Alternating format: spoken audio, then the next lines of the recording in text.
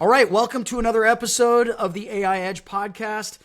This is actually a very special episode for two reasons. We have some very special guests. So, first of all, I want to introduce those guests. We have Kevin O'Malley here with us today. Kevin, introduce yourself, please.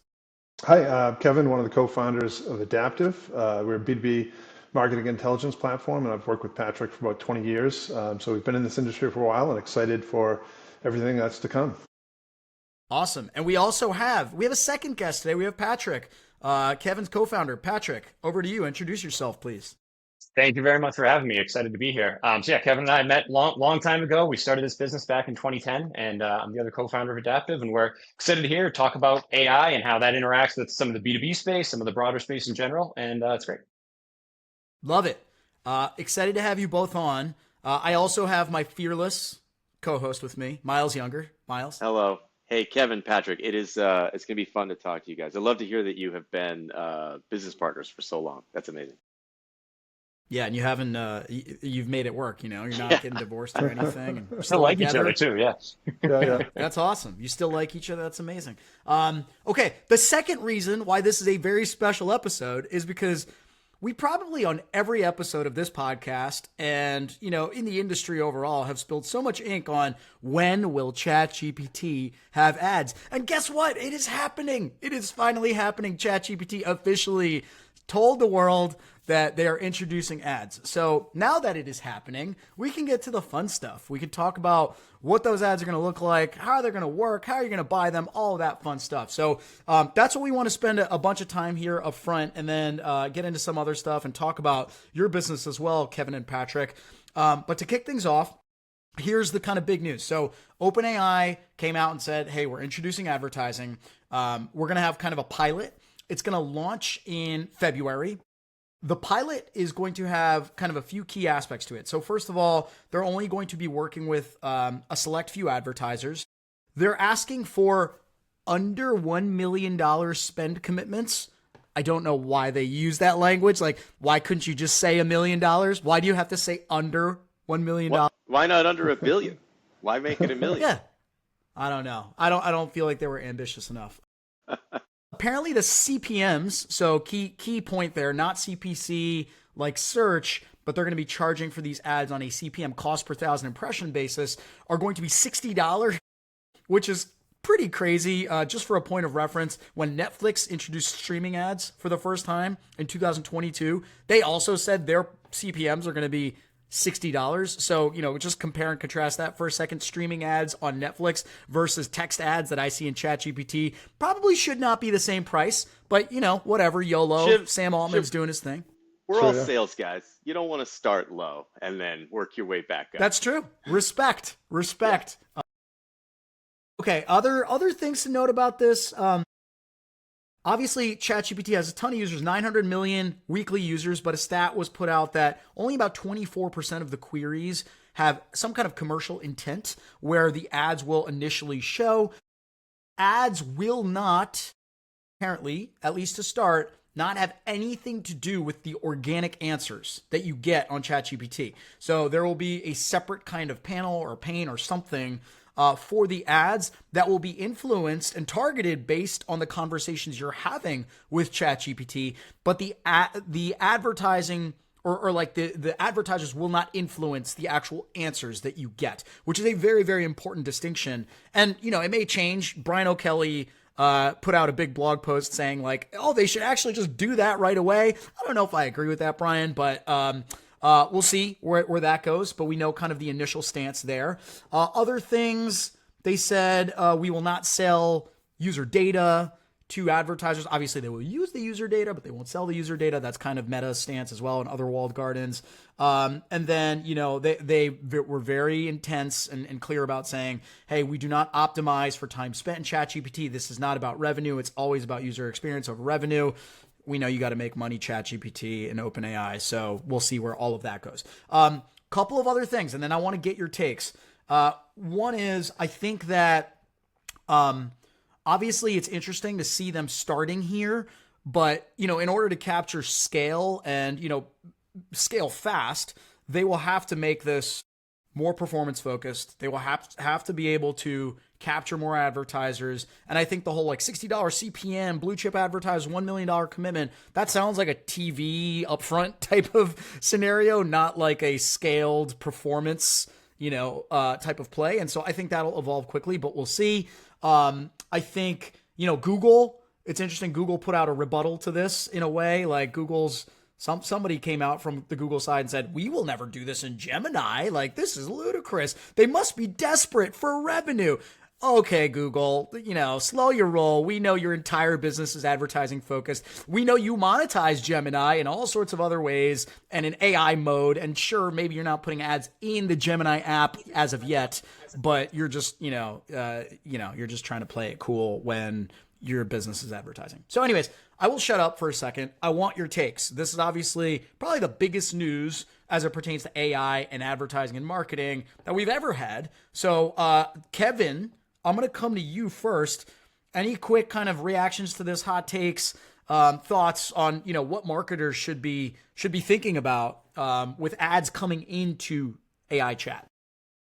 Yeah, I mean, we all knew it was inevitable, right? It was coming. But to your point that you made before, like, what is the targeting? What is the placement? How is that data potentially being used to target those ads? There's a lot of questions. It's still obviously beta, so I think it's TBD on how this is going to work. But the other piece that you mentioned, where only 24% actually has any commercial intent.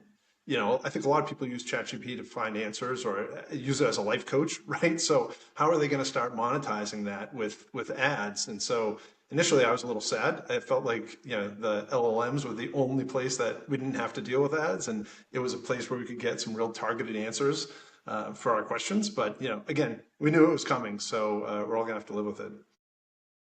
Yep, 100%. Patrick, you have anything to add to that? I think the pricing model is an interesting place to start. And I think, you mentioned the Netflix CPMs is kind of a comparison point. There's sort of maybe a plasma TV model here. Start off and you'll just kind of carve off elements of the market that'll work.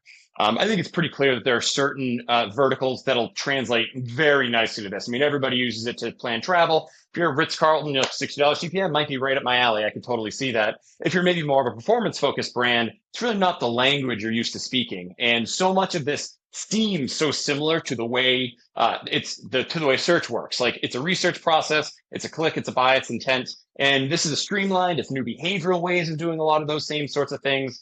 But at its heart, you're a user looking for information to buy a product if it has commercial intent. Google's really, really good at that.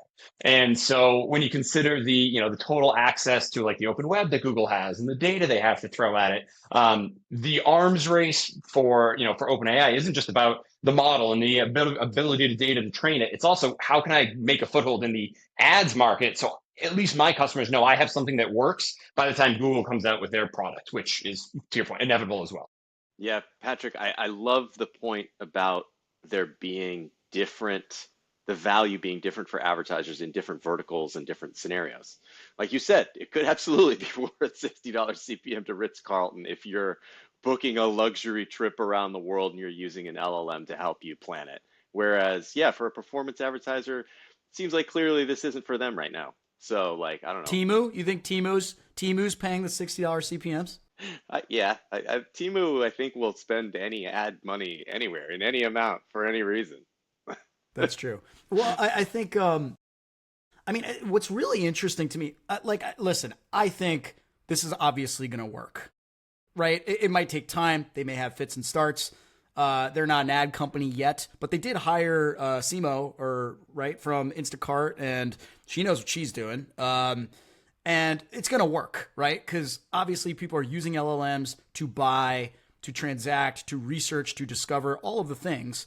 And there's so much intent there. There's so much rich data there to inform targeted advertising. It's going to work, right? It is the new search, right? Search is becoming AI. So it is going to work. So I don't think we should waste time and energy talking about whether it will work. I think what's going to be interesting is all of the new types of possibilities it's going to open up. Like, one thing I think about is, search. When you go search something, your search is very acute, right? You put in a keyword, an advertiser bids against the keyword.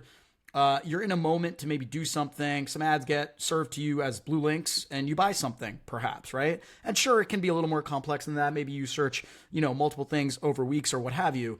But with chat, you're having conversations about very different types of things that, like they all relate back to you as a human, right? So like, an example would be like, I go to the LLM and I talk about buying a new Chromebook for my son, but then later I'm talking about managing my finances and how to do that, right? Or later I'm talking about, it being a therapist for me and my wife, or later I'm talking about something completely different. And it has all this knowledge about me as a human, right? And I think that creates all sorts of interesting possibilities for advertisers to advertise to users across like a lifetime and a journey and a contextual window that can just be so powerful. Like I can't even conceive of the types of advertising, and not even just like advertising, but like the journeys that can be kind of stitched together by OpenAI. And so to me, that is a fascinating concept, and we'll see,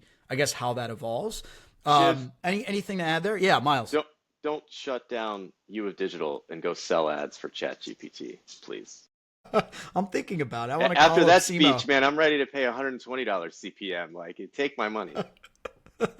It's going to be so awesome. I mean, if they can't fumble the bag, I don't think they will fumble the bag. I mean, they might not become the next Google or Meta, but I think they're obviously going to make this work. And I'm excited about it, frankly. I'm very excited about it. Patrick, you got something to add? Yeah, I would agree. I'm also super excited. I think when you look at kind of the bookends of this whole situation, right? You have products that brands want to sell. You have people who are looking to buy brands. To your point, it's going to work. And when this is done right, it shouldn't feel like anything's being done at all, right? Like at the end result of this shouldn't really look like an ad per se that you click on. Once again, we get past the trust issues where it's like, hey, listen, I want a hotel. To your point, you've done my last 5 years of family travel bookings. I've reviewed the hotels I've stayed with you with my family. This one, we couldn't stay in adjoining rooms and our family was split up, whatever the particular situation might be. So as it learns that over and over again, it's like, no, I'm just going to maybe get your approval, but then you get into the agentic part of it too, where on my behalf, it's matching my research with what, maybe the advertisers are throwing some stuff out there, but then the LLM is also sort of incorporating my needs to have this just commercial transaction at the end that really suits both parties. And that we may not be there yet. And that might be an ideal that we shoot for and never quite reach. But in theory, that's how it could work. I am doing this research because I want to buy something. Give me the best thing to buy. And there's probably a balance of that in there. Yeah, and I think everyone the big becomes thing, like, right, oh, sorry, go ahead. Sorry, Kevin. I was going to say, is it Minority Report, right, which we all see potentially coming, or is it just sponsored text links? Hopefully, it's the former, right? Because I think that's, Patrick, to your point, that's when it's really going to have an impact, when it is able to use all the kind of past experiences and the learnings. If it's simple and it's a text ad, I don't think it's going to go over too well. Yeah, one of our 2 episodes back, Shiv, Sarah Caputo was on and kind of voiced similar opinion, that she was expressing some skepticism that kind of your classic 25-year-old search ad format was going to work in this context. And I would agree, TBD on whether that's going to work. And to your point, Shiv, too, it'll evolve. It'll keep going. This is search-like behavior that will result in search-like purchases, and it maybe doing it as search isn't the right way to start. But there's a momentum here that is going to carry people through that boundary. 100%. Yeah, I mean, I think people become prisoners of the moment. They're like, $60 CPMs. It's like, guys, this is awesome. Like this could be potentially, like, this will probably change how we think about digital advertising a few years out from now, right? Like, let's think about the big picture here. A couple of other angles I think that are interesting. One is, I think there's going to, overnight, right? We're going to see an entire cottage industry pop up of like AI services, AI ad services, businesses, tech platforms, right? It's like, okay, well, the next AI, measurement platform, here it comes, right? It's gonna kind of sit across different chat context windows and different chat bots, and it's gonna tell you like multiple user journey things, and it's gonna be awesome, or here's the creative AI ads company, and here is the DSP, the chat DSP, I like to say. And here come all of these different service companies, right? Here are the AI ads agencies, right? Or analytics providers, et cetera, et cetera. So I think that's coming. I also think a lot of the other LLMs are looking at this and saying, well, shit, if OpenAI is doing ads and it's okay and users accept it and they're going to make money off of it, we got to compete. Right. And so, is Anthropic going to do this soon? Obviously we know Gemini is going to do it. They're already doing it, even though they claim they're not. Copilot, other LLMs that are smaller and more niche, and other AI tools, AI SaaS tools, et cetera, et cetera. Right. So I think that's going to happen as well. It's going to open the floodgates of just like AI and ads and AI. It's also going to maybe create a bunch of new walled gardens, right? Which, we talk about in our industry all the time. There's Google, there's Meta, there's, Snap, and et cetera, et cetera. It's like, okay, well, here's a bunch of new ones that we have to reckon with and deal with as marketers and manage, ad spend within. My big kind of feedback or like takeaway from this for marketers is like, just get in there now. Like, get in there early, start testing, start messing around. Like, yeah, maybe you don't want to pay $60 CPMs. That's okay, right? You want to start testing this stuff and get a head start, because there's going to be a lot of marketers that don't do that, right? They're scared. They don't understand it. They don't want to mess with it. They want to do what's tried and true. They want to just keep doing search and Facebook, and that's it. The marketers that get ahead and start learning and testing and figuring out the possibilities will have a head start, right? So any final kind of thoughts on this or takeaways, I guess, for marketers or buyers as to how they should be thinking about this?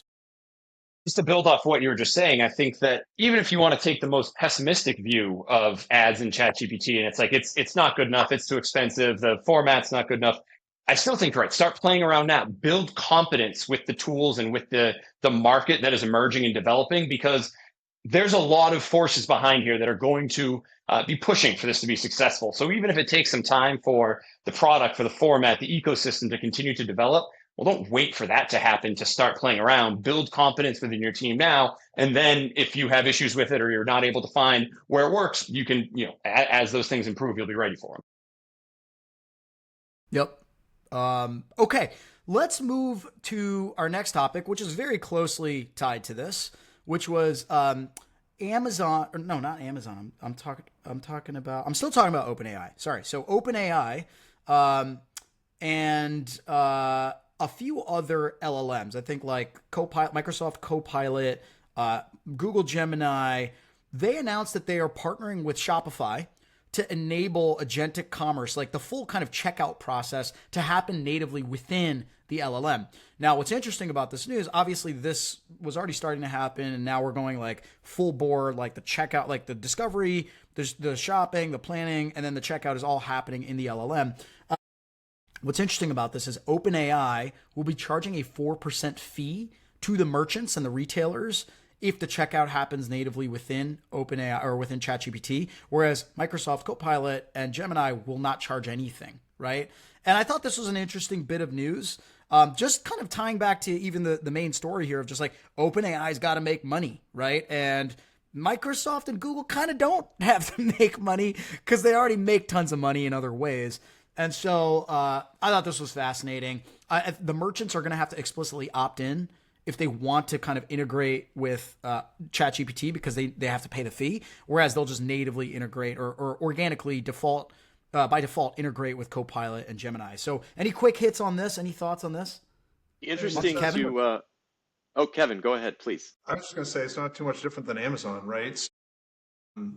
Similar to Amazon on site or on their affiliate network, it's the same thing. So I think ChatGPT is saying, hey, instead of just being an affiliate link, we're actually going to be like an enabler of the checkout cart, which is, I think it's smart. I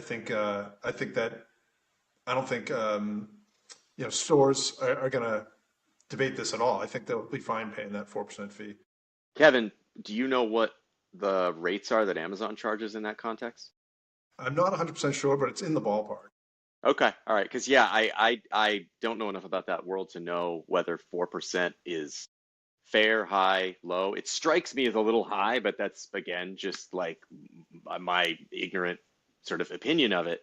And I immediately think about it'd be interesting to talk to a retailer or somebody who owns an e-commerce marketplace or something, and just have to do the math at what type of volume and sort of velocity ChatGPT has to drive in order to justify the 4%. because like there is math there that you have to work back to, like how much efficiency is the LLM adding, and the 4% tells me that ChatGPT is like coming in at it with a lot of confidence, that they're like, this is going to add a lot of efficiency. You'll be happy to pay the 4% because your sales are going to be so much higher velocity through an LLM and people transacting right in that LLM. Exactly. Is there a 4% drop off rate? If ChatGPT recommends I buy this particular product, but it doesn't let me click right through, and then I go and like, where is that gap there? Because that's kind of how you justify paying for that. I think one of Right. the interesting downstream things that we'll start to see from all this too is like the new evolution of what used to be SEO and SEM plays right into this, where it's the AI optimization and the AI marketing, where if I know I have different rates that I'm paying on my commerce from one LLM to another, well, I'm also optimizing my appearance within one LLM version. And now I have different levers and I'm putting different resources Mhm. towards different things. And then same thing with you have social channels, you have traditional content. How am I making sure all of my various content is being absorbed? Where are they strong? And so there's these really different sort of control panel things, I guess, you kind of have to manage as you start trying to optimize your presence within these and as they sort of diverge on the way they present their value. Yeah, and I think what's interesting about that, Patrick, right, is like, we've primarily viewed the LLM so far as like from a consumer perspective, right? Like, what is the value from the consumer side that these LLMs are creating? And I saw an interesting chart yesterday on social media which showed like LLM usage over the last, I don't know, 12 months or something. And basically, like, ChatGPT still has a lion's share of LLM usage. It's like 70% plus. But I don't know, 12 months ago, it was much higher, right? And Gemini is growing. Gemini's piece of the pie is growing. ChatGPT's piece of the pie is shrinking, even though ChatGPT still has a line share. And I think what's going to be interesting is as ChatGPT launches ads, as ChatGPT starts charging merchants 4% while Gemini charges 0, we're already seeing like the consumer side, like the advantages Google has with distribution and, just natively integrating Gemini everywhere. And now they're just making tons of progress on just the product itself being awesome. They're already making up ground there. But then do they start making up some ground from the other side of it, right? Which is publisher side agreements, merchant advantages, where like those, the people that are pushing content or value into the LLM are more interested in working with the Googles and the Microsofts of the world than the OpenAIs of the world, because financially it benefits them, right? So I think that's going to be interesting. And it's going to be just interesting to track the consumer usage of the LLMs moving forward over time. I think last few months was the first time ChatGPT, MAUs has actually started dropping, which is a big problem for OpenAI. So anyways, cool. Thank you for riffing with me on that. Last news bit, and then let's get into your world, Kevin and Patrick. I just wanted to call this one out. It's important. It's early, but OpenAI is developing hardware. So they're developing a pair of earbuds. And if you remember, I think they acquired, who was the guy's company? They acquired like 2 years ago, the Apple kind of the great. Johnny Ive, Joni Ive? Johnny. Is it Johnny Johnny or Ive, right? Joni? I literally don't know. I don't know. It's It's Jony. spelled, yeah, I don't know. But I don't know, for billions of dollars, and they had a lovely chat over, coffee and That's some right. cafe They in made that San Francisco. ridiculous movie of them in a Yeah, coffee yeah, shop. Yes. yeah, yeah. So finally, maybe some hardware is coming, and maybe Johnny was a part of it. And so that'll be interesting. We'll see what that looks like. Also, simultaneously, there was news that Apple is developing a wearable AI pin. And if you remember, there was a wearable AI pin that came out from some former Apple employees last year called Humane. That was a massive disaster. I think HP ended up buying the scraps of it. But it was like a huge thing at first, and it was going viral on social media, and then it just died off. So anyways, wearable AI devices. Obviously, Facebook's already going hard at this with their like Ray-Bans and, wearable AI devices, though I think Apple coming into the mix, and obviously OpenAI for the first time getting into hardware, is going to create all sorts of new interesting possibilities, potentially some failures, along the way, fits and starts. But any quick reactions to that? Myles, let's start with you. Earbuds strike me as a way better idea than a pin, just because everybody's already walking around with earbuds in their ear all freaking day. Like that consumer habit has already been formed, and so it's like you're using a form factor that everybody has already adopted. So I wish them luck. Somebody will maybe will figure out the wearable thing, and maybe that'll be it. Good luck, I think you nailed Kevin it on or the Patrick. Yeah. you have to limit the friction to use it, right? If everybody has to learn how to do a new thing that they're not used to doing or carry a new thing, they're not going to. So I think if you want something that's more universal, it has to fit into an existing kind of behavioral pattern, or Yeah. you have to come up with something that's so niche and specific that you'll use it anyway. If you want to have like wearable AI fitness monitors and things like that, where it's like, well, I already have the Fitbit, I'll get the AI version of that too. So those sorts of things will be super interesting. Yeah, I think at the end of the day, the AirPods or Earbuds will probably be socially accepted, but I don't know, Google Glass, Meta glasses, like, I don't know, I don't think anyone feels comfortable talking to people knowing they're getting recorded or potentially could be recorded. So I think everyone would be fine with the earbuds, but the pin or a pair of sunglasses, I'm not really sure if it's going to take off. Yeah, the pin. I don't think the pin makes any sense, honestly. Like a pin, like the humane thing was so silly. There was like a little projector coming out of the pin, and like if you wanted to, like if somebody was calling you, you would put your hand in front of the pin, and it would project the person's name onto your hand. Like, is that really adding value to me, or just making me look like a total cheeseball walking down the street? Like, I don't get it. I don't get it. I don't The get the pin was pin. pretty big too. The picture of it looked like, it was like half the size of an iPhone. Yeah, and it was like $700. It's like I don't think I need that. I think I'm good. I think I'm all right. Okay, so that was the news roundup of the week. Let's get into your world a little bit, Kevin and Patrick. So you guys work a lot with publishers. You work with brands and advertisers. You've seen a lot over the years, and you've obviously like gotten deep into the B2B space, right? And I think like a lot of what we've talked about today is very much B2B, right? We're talking about how OpenAI is going to work with retailers, how they're working with companies like Shopify to help them kind of realize the value of AI and conversational, LLMs. And so, first of all, we'd love to hear a little bit about your work and what you guys are building, and then we can get into some nuances of how AI ties back to all of that, how brands should be thinking about the future and B2B in particular, and how consumers kind of play into the whole thing as well. So I'll kick it over to you guys just to tell us a little bit about your business first. Yeah, sure. So you hit the nail on the head. We work across the entire spectrum. So we work very closely with publishers, but also brands and advertising agencies to run these B2B marketing campaigns. And so from the get-go, we were always very focused on automation and machine learning.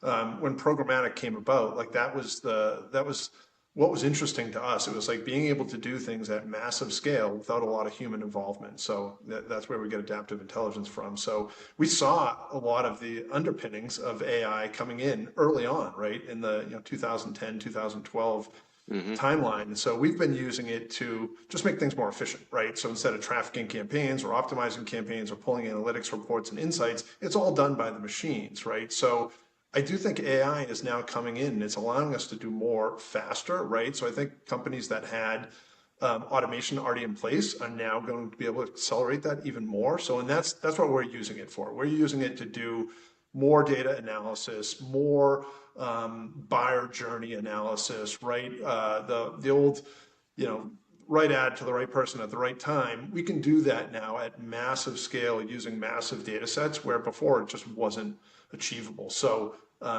you had mentioned at one point is AI just programmatic 2.0, and I think it is, right. I think that's what we're starting to see, and I think smart marketers that are using it are doing the same. So we're seeing B2B marketing is very outcomes driven, right? A B2B marketer is not going to spend a lot of money unless they're seeing results. They're into branding, but they're more into lower funnel. So using the AI and using data, which we think is a huge advantage to any of these marketers, right? If you don't have good, unique, valid data, the AI is not going to do much for you. So we see those two pieces really underpinning everything we do. It's valid data, and then it's being able to do more with that data and the analysis to help the marketers kind of reach their final objections. Yeah, Kevin, you kind of brought up an interesting point about just like B2B digital marketing, at least going back almost 20 years, maybe even more than 20 years, depending on how you define it at this point, that like B2B, arguably B2B marketers and agencies and tech platforms were way earlier to the whole idea of personalization and customer intelligence than B2C, because like there were fewer, the data set was smaller. Your CRM database at a B2B company is not nearly, the whatever scope that whatever a Procter and Gamble has to deal with, where essentially the entire United States is their customer. But with LLMs, like, one of the problems, like I have a long background in B2B marketing, and one of the problems always was having to, you're able to organize all this data, try to build a unified, picture of the customer, build personalized journeys for those customers. And that was very awkward pre-AI, because you had to build these like rules-based journeys. And now B2B has access to like a genuine sort of personalization engine, which is what LLMs are. Like, they're completely conversational, genuinely conversational, versus this kind of like pre-AI, rules-based conversations. But anyway, I just thought it was an interesting point that that B2B was kind of early to this game. One question I wanted to ask you guys, to kind of get back to Patrick, I think maybe it was something you said, just around the role that LLMs play in complex customer journeys. You brought up travel, and you laid out kind of a great example of how complex and nuanced and whatever data rich a person's travel booking journey can be. But like, if there's a complex buyer journey, it's B2B. Like, and so like, I'd love to know, like, what are you guys seeing in terms of how the B2B journey is going through LLMs? I have to imagine it is like. 100%. And I think, so to me, one of the most interesting things about the difference between the B2B and the B2C world is where the data lives, how much data you have, and how valuable that data is at large and small scales, right? So knowing if you have 5 customers that are potentially going to spend $10 million a piece on some large piece of industrial software or industrial, mechanical, whatever, that's really different from having 5 people that want to buy a Coca-Cola. So I think that being able to verify, make sure things are real. You're talking about real people. You've got maybe there's some bots mixed in a consumer campaign. That's unfortunate. You don't want that. But with B2B, when CPMs are incredibly high, the cost of actually getting your attention in front of the right audience is just much higher. There's a lot less room for that sort of thing. And I think one of the other really interesting things is just where the data lives. If you want to tell an accurate buyer's journey for a B2B brand, it isn't just happening online. Like, the open web has a tremendous amount of deep, rich information, and there's so much you can glean from it. And all these LLMs in. And then there's the CRM. There's publicly filed data that impacts what the companies are doing. There's, just all these different signals that are coming beyond just cookies and clicks and impressions and IP addresses and things like that. And the ability to sort through and organize all of that is what gets you that next level of a buyer's journey. That's not just they were at a website or they went to your checkout page or something like that. And then being able to tell that journey over time, and looking at how different customers and different verticals are going to have different journeys with that. It's a whole other dimension and depth that you can tell with AI now, that before it's just the juice might not have been worth the squeeze. If you need 10,000 people to try and glean little tiny bits of information out of this, it wouldn't be worth it. So, but now it's possible and it's real, and it kind of drives results. Yeah, are your customers, are you hearing from your customers that the share of, I don't know, even organic traffic that they're getting from LLMs is increasing, or that they're just seeing a change in the balance of customer touch points that they're having to stay across? Or We're adaptive is definitely, yeah. having to There's a stay lot across? of, I'd say there's a lot of, I don't know if apprehension, cautious optimism. There's different people are seeing this differently, I would say. And the LLMs are absolutely impacting how traffic is coming to the site. It's impacting how companies are trying to make content. Because now, before, if I have a content syndication strategy, well, am I trying to reach a decision maker, or am I trying to reach the AI that the decision maker is going to go through?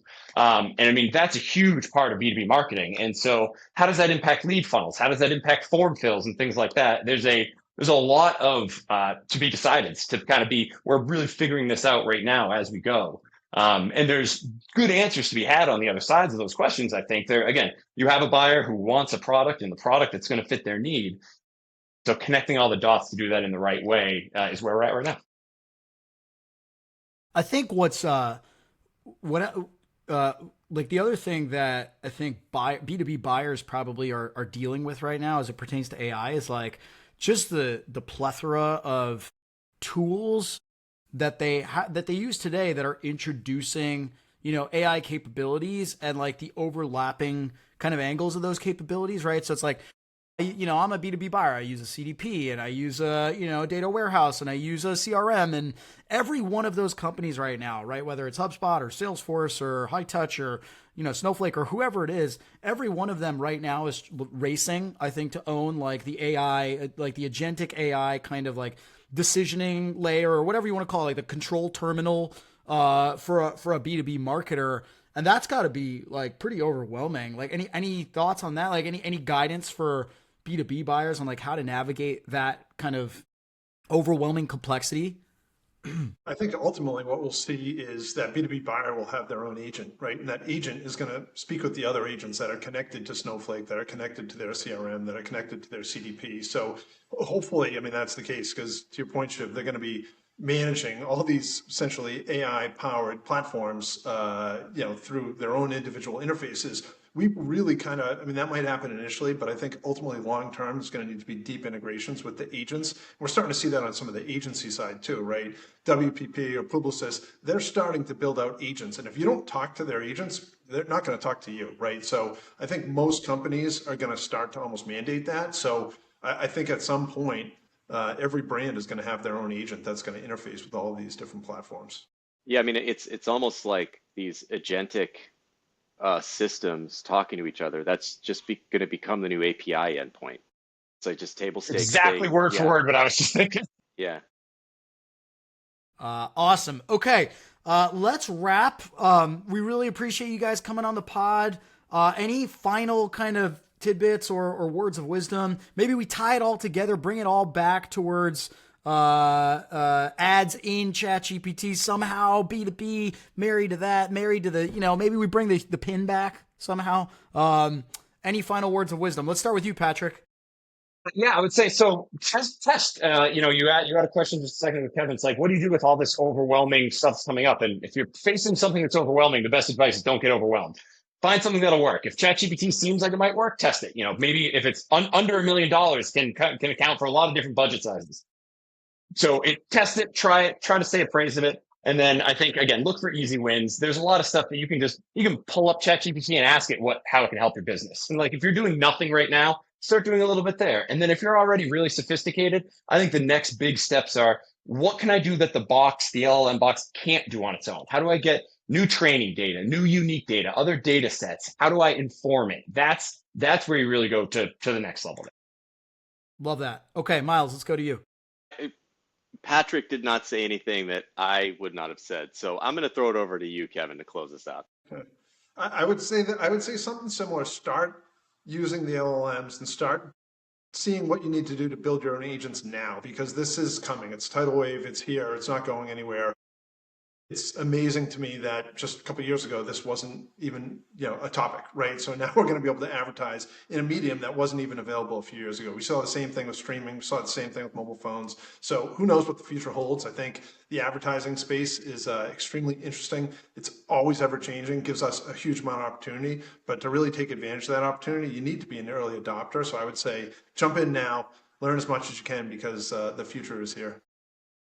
Yeah, and just to put a cherry on top of all of that, like, I'm going to say this over and over on this podcast, you can't get analysis paralysis, and you can't just like kind of, oh my God, it's moving too fast, I don't know what to do. You have to just do things, right? And that's kind of what you guys are saying. And hey, guess what? Nowadays you have an assistant just sitting there on your computer that can help you get past the analysis paralysis and give you ideas and be your co-pilot, right? So ask it to help you get past that and just start testing and doing things.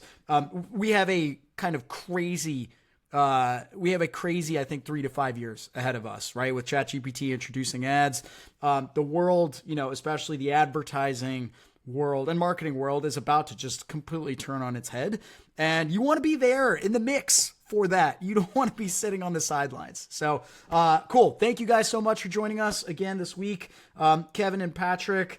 And thank you, Myles, as always. Check out uofdigital.ai to learn more about our training solutions. And we'll see you again next week. Thanks, everybody. Thanks, guys. Thank you so much. Thank you, Myles. Thank you, Shiv.